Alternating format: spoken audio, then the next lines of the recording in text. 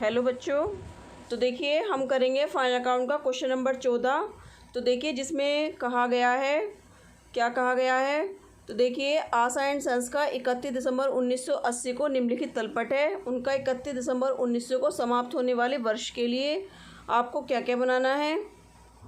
तो देखिए यहाँ लिखा है व्यापार खाता, लाभानी खाता और उस दिन का आर्थिक चिट्ठा तैयार कीजिए। ठीक है। अब देखिए इधर आपके डेबिट बैलेंस दिए गए हैं, ये आपके डेबिट बैलेंस हैं और ये आपके क्रेडिट बैलेंस है। तो देखिए डेबिट में क्या क्या दिया गया है। फर्नीचर दे रखा है आपका 600 रुपये, मोटर गाड़ी दे रखी है 6250, भवन दे रखी है 7540, पूंजी देखिए कैपिटल आपकी दे रखी है 12500 रुपये।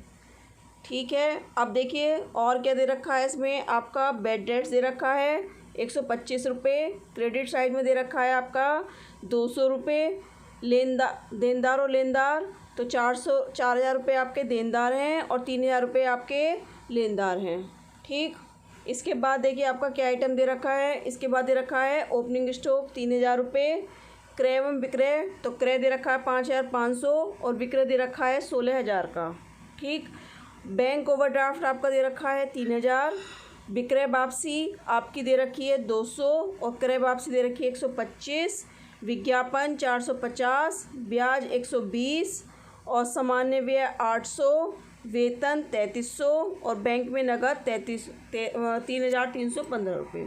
तो ये तो दिया है क्वेश्चन में। अब देखिए इसमें इन्होंने क्या दिया है, देनदारों पर 5% अशोध ऋण संचिति कीजिए, 5% अशोध ऋण संचिति कीजिए। अब देखिए हमने अभी क्वेश्चन में पढ़ा था, एक तो हमारी संचिति ये दे रखी है 125 और एक हमारी 200 रुपये दे रखी है क्रेडिट साइड में। ठीक है। तो देखिए हमारी दो हो गई, एक तो ये हो गई, एक हमारी ये हो गई क्रेडिट साइड में और एक हमें 5% और हमें निकालना है नया। तो हम कैसे निकालेंगे, तो ये तो हो गया हमारा ओल्ड, ये वाला जो हम निकालेंगे ये हमारा हो जाएगा न्यू। तो ओल्ड में न्यू हम क्या कर देंगे, प्लस कर देंगे और जो क्रेडिट साइड है वो हम माइनस कर देंगे। ठीक है। अब क्रेडिट साइड वाला माइनस करेंगे। अब देखिए आपका इसके बाद दे रखा है कमीशन दे रखा है 1/3 अगले वर्ष के लिए है। अब देखिए सबसे पहले हम कमीशन की रकम 375 रुपये दे रखी है, 375 रुपये कमीशन और इसमें कह रहा है 1/3 का आपको वो करना है, क्या करना है, 1/3 का भाग अगले वर्ष के लिए है। तो देखिए कमीशन आपका कितना दे रखा है, 375 रुपये आपका क्रेडिट साइड में दे रखा है। अब देखिए क्रेडिट साइड में यदि आपका कोई खर्चा दे रखा होता है तो आप क्या मानते, मतलब कोई भी आइटम दे रखा होता है जैसे ये दे रखा है तो वो आपका क्या होता है, प्रॉफिट होता है। क्या होता है, प्रॉफिट होता है। अब देखिए इस पर 1/3 दे रखा है तो आप क्या निकालेंगे, 375 का 1/3 निकालेंगे। ठीक है। यानी 375 का 1/3 जब आप निकालेंगे तो क्या आएगा, 3 का 3, 3 दूनी 6, 3 पंजे 15, यानी 125 रुपये जो आएंगे वो आप एडवांस दे दिए। अगले वर्ष का मतलब क्या है, एक अनएक्रूड है वो। ठीक है। अगले वर्ष का है तो आप 375 में से 125 रुपये घटा देंगे। ठीक। अब देखिए फिर आपका क्या आ जाएगा, सामान्य व्यय आपका 800 रुपये, सैलरी 3300, ये तो हो ही गया था। फिर देखिए बीमा पर पूर्वदत्त हैं 100 रुपये। अब बीमा आपका कितना दे रखा है, बीमा देखिए कहाँ है, बीमा आपका ये है, बीमा क्वेश्चन के अंतर्गत कहाँ दे रखा है बीमा इसमें दे नहीं रखा। फर्नीचर, मोटर गाड़ी, भवन, पूंजी, सौदर्य संचित, देनदार, प्रारंभिक रहतिया और विक्रय वापसी, क्रय वापसी, विज्ञापन। अब देखिए इसके अंतर्गत बीमा नहीं दिया है तो आप कहाँ डालेंगे, केवल एक ही साइड ये आएगा आपका, तो कहाँ आएगा, प्रीपेड इंश्योरेंस, ये करके आपका कहाँ जाएगा, असेस्ट में आ जाएगा ये।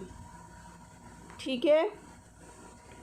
अब देखिए जब समायोजन में दे रखा हो तो केवल एक ही जगह जाएगा, क्योंकि क्वेश्चन के अंतर्गत नहीं दे रखा, हम संबंधित व्यय में से नहीं घटाएंगे, 2 जगह जाएगा। सॉरी, प्रीपेड हम उसमें भी डाल देंगे, किसमें, P&L के डेबिट में डाल देंगे। और आपका समायोजन में दे रखा है अगर क्वेश्चन में दे रखा हो तो एक जगह जाता है, सामान्य में दे रखा है तो 2 जगह जाएगा। तो प्रीपेड इंश्योरेंस हम क्या डालेंगे, बैलेंस शीट के डेबिट में डालेंगे।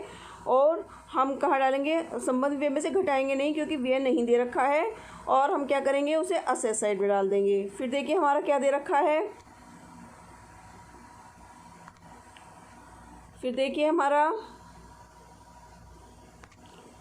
इसके बाद दे रखा है भवन पर 5%, मोटर गाड़ी पर 10% ह्रास कीजिए। तो भवन आपके कितने दे रखे हैं, भवन आपके 7,540 दे रखे हैं, मोटर गाड़ी 6,200 दे रखी है। तो मोटर गाड़ी पर आपको 10% निकालना है और भवन पर आपको 5% निकालना है। ठीक है।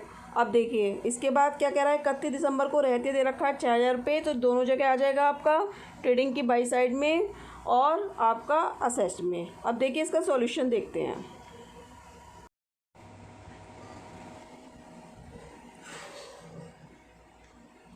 देखिए ओपनिंग स्टॉक दे रखा है, इसमें 3,000 रुपये हम डाल देंगे। परचेज़ 5500 रुपये, ठीक है। इसमें से रिटर्न घटा देंगे तो 5,375 आ गई। फिर सेल 16,000 माइनस रिटर्न, फिर 15,800। और देखिए क्लोजिंग स्टॉक दे रखा है 4,000, हमने डाल दिया, ठीक है। 19,800, ये हमारी 19,800 आ गई। अब इसमें और कोई आइटम नहीं दे रखा तो हम क्या करेंगे, 19,800 में से हम अपने ये घटा देंगे, ये वाले आइटम क्या क्या, 3,000, 5,375 रुपये घटा देंगे तो हमारा आ जाएगा 11,425। ये हमारा क्या आ गया, ग्रोस प्रॉफिट। अब देखिए ग्रोस प्रॉफिट हमारा कहाँ जाता है, क्रेडिट साइड में जाता है। तो ग्रोस प्रॉफिट हमने 11,425 लिख दिया। तो देखिए कमीशन दे रखा था 375 रुपये क्रेडिट साइड में, तो हमने क्रेडिट साइड में लिख दिया। इस पर कमीशन पे कह रहा था 1/3 अगले वर्ष के लिए है, इसका मतलब अनएक्रूड है। अनएक्रूड हम क्या करते हैं, घटा देते हैं। 1/3 निकाला किसका, 375 का 1/3 निकालेंगे तो हमारा 3 × 3, 3 × 6, 3 × 5 = 15, 125 रुपये आया। 125 रुपये हमने इसमें से घटा दिया 375 में से, तो हमारा कितना आ गया, 250 आ गया। ठीक है। अब देखिए एडवर्टाइजमेंट आपके 450 रुपये, सैलरी 3300 रुपये। 3300 के बाद में इसमें आपकी आउटस्टैंडिंग दे रखी है, वो जोड़ दी। ठीक है। अब देखिए इंश्योरेंस का दे रखा है कि 100 रुपये पूर्व देते हैं। अब इसमें इंश्योरेंस का नाम तो दे नहीं रखा, तो जनरल एक्सपेंसेस में से हम घटा देंगे 100 रुपये, तो 700 रुपये आ गया। ठीक है। अब इसके बाद देखिए आपका इंटरेस्ट 120 रुपये। बैड डेट्स देखिए यहाँ पे जगह नहीं थी इसलिए मैंने ऐसे लिख दिया है, ऐसे हॉरिजॉन्टल लिख दिया है, 125 रुपये। तो आपका क्या होगा, तो देखिए बैड डेट्स था आपका ओल्ड वाला, कौन सा, बैड डेट्स ओल्ड था आपका कितना, 125 रुपये था। न्यू आपने जब निकाला तो आपका 200 आया, इनको आपने जोड़ लिया तो कितना आया, 325 रुपये आ गया। 325 में से आपने जो आपका क्रेडिट साइड में दे रखा है वो आप माइनस कर देंगे तो आपका कितना आ जाएगा, 125 रुपये आ जाएगा। ठीक है। अब 125 रुपये आपने कहाँ डाल दिया, वो आपने यहाँ डाल दिया। फिर देखिए आपका डेप्रिसिएशन दे रखा है, तो देखिए डेप्रिसिएशन भी मैंने आपको 377 और आपका कितना है, ये 625 रुपये आपने डाले। ये देखिए 375 डेप्रिसिएशन मोटर गाड़ी पर है और 625 रुपये है आपके, ये मोटर गाड़ी पर है। 375 रुपये आपके किसी बिल्डिंग पे हो गया। इनको जोड़ के आप लिख दो, 5 5 10 का 0 हासिल लगा 1, 7 2 9 10 हासिल लगा 1, और ये हो गया आपका 1,000 रुपये। तो आपने 1,000 रुपये कहाँ डाल दिए, 775 और 625 रुपये, 1,000 रुपये आपने यहाँ डाल दिए। ठीक है, ये 1,000 रुपये हो गए आपके। और फिर इसके बाद में नेट प्रॉफिट ये आपका 0 है। ठीक है। और इसके बाद में 1,000 हो गए। इसके बाद में आपने और कोई आइटम नहीं दे रखा तो 11,425 और 250 इनको जोड़ के इधर आप ले आए। और फिर जब आपका ये बैलेंस निकालेंगे तो 5,678 रुपये, कितना, 5,678 रुपये आपका क्या आ गया, नेट प्रॉफिट आ गया। ठीक। अब देखिए अब हम इससे बैलेंस शीट बनाएंगे। बैलेंस शीट देखते हैं। देखिए बैलेंस शीट देखते हैं हम। तो देखिए हमारी बैलेंस शीट, एक तरफ लायबिलिटीज़ और एक तरफ हमारी असेट्स। तो कैपिटल 12,500, हमारा नेट प्रॉफिट अभी निकल के कितना आया था, 5,678 रुपये हमने इसमें जोड़ दिया। तो जोड़ के हमारा टोटल आइटम कितना आया, ये 18,178 रुपये हमने यहाँ लिख दिया। फिर देखिए बैंक ओवरड्राफ्ट 3,000 रुपये, क्रेडिटर्स 3000 रुपये दे रखे हैं। अनएक्रूड कमीशन जो हमने वहाँ घटाया था 125 का, वो हमने यहाँ डाल दिया अनएक्रूड कमीशन। आउटस्टैंडिंग सैलरी 300 रुपये। ठीक है, अब देखिए असेट साइड में आ जाते हैं। असेट साइड में कैश इन हैंड 3315, डेटर्स 4000, इस पर 5% बेड डेट्स दे रखा था तो 200 रुपये हमने घटा दिया तो 3800 रुपये आ गया। फिर देखिए प्रीपेड इंश्योरेंस 100 रुपये जो हमने जनरल एक्सपेंसेस में से घटाए थे क्योंकि इंश्योरेंस का नाम नहीं दे रखा था। फर्नीचर 600 रुपये और मोटर कार आपकी ये दे रखी है 6250, जिस पर 10% डेप्रिसिएशन था तो हमने निकाल दिया 625 आ गया, 5625 आपका बच गया।